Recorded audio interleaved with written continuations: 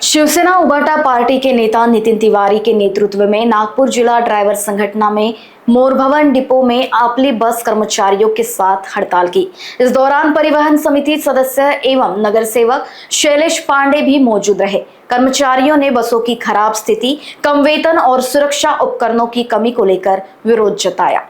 नितिन तिवारी और शैलेश पांडे ने डिपो में खड़ी बसों का निरीक्षण कर खराब हैंड ब्रेक, फायर सिलेंडर और फर्स्ट एड बॉक्स जैसी खामियां अधिकारियों को दिखाई।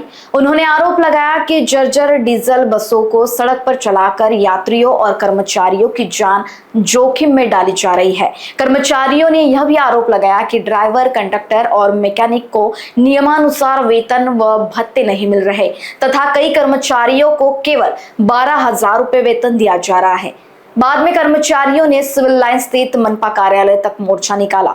उपायुक्त अर्चना गोयल के साथ बैठक में बातचीत हुई। अधिकारियों ने आश्वासन दिया कि केवल फिट बसें ही सड़क पर उतारी जाएंगी तथा मैकेनिकों का बकाया वेतन 15 दिनों में दिया जाएगा। आश्वासन के बाद हड़ताल स्थगित कर दी गई। महानगर पालिका मुर्दाबाद, ऑपरेटर मुर्दाबाद, आपली बसला घेऊन कर्मचाऱ्यांच्या पोटाशी खेळ होत आहे। आम्ही आदरणीय परिवहन समिती सदस्य शैलेश पांडेजी, नगरसेवक नागपूर महानगरपालिका यांच्यासह आम्ही इकडे उपस्थित झालो। वारंवार वर्षांपासून आम्ही यांचे वेतन किमान भेटत नाही।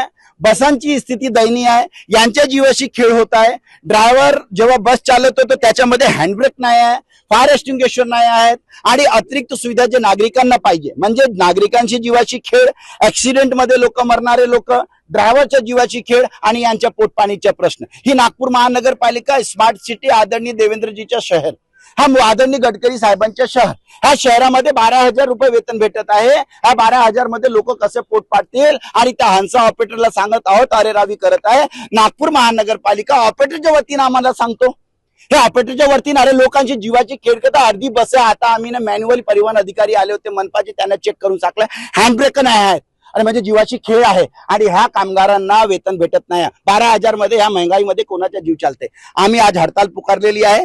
ऑपरेटरना नोटीस लावलेला आहे, धमकी देऊन राहिला, लोकांना दादागिरी दाखवून राहिला। मी प्रत्येक ऑपरेटरला सांगितलं भूमिपुत्रांशी जर खेळ झाला जीवाशी आणि त्यांच्या पोटाशी आम्ही उभे आहोत। आता नागपूर महानगरपालिकामध्ये चाललो आम्ही, तिकडे कोणते सक्षम अधिकारी आहे जे फाईल पेंडिंग ठेवलेले आहे त्यांना आम्ही सांगू, त्यांना जाब विचारू, तुम्ही पगार घेता एसी चेंबर मध्ये, मग यांच्या पोटपाणीचा प्रश्न कोण सॉल्व्ह करेल। आम्ही याच्याकरिता आज आंदोलन पुकार। जय भवानी, जय शिवाजी। मागण्या न पूर्ण झाल्या, मागण्या जर नाही पूर्ण झाल्यात आम्ही हे आता शांतीने, आता शिवसेना बाळासाहेबांची आहे, उद्धव साहेबांची शिवसेना रस्त्यावर उतरेल आणि मग काय होईल ते आम्हाला स्वतःला ठाऊक नाही। मग लॉ अँड ऑर्डर प्रशासनाची जिम्मेदारी आणि मनपाची आहे।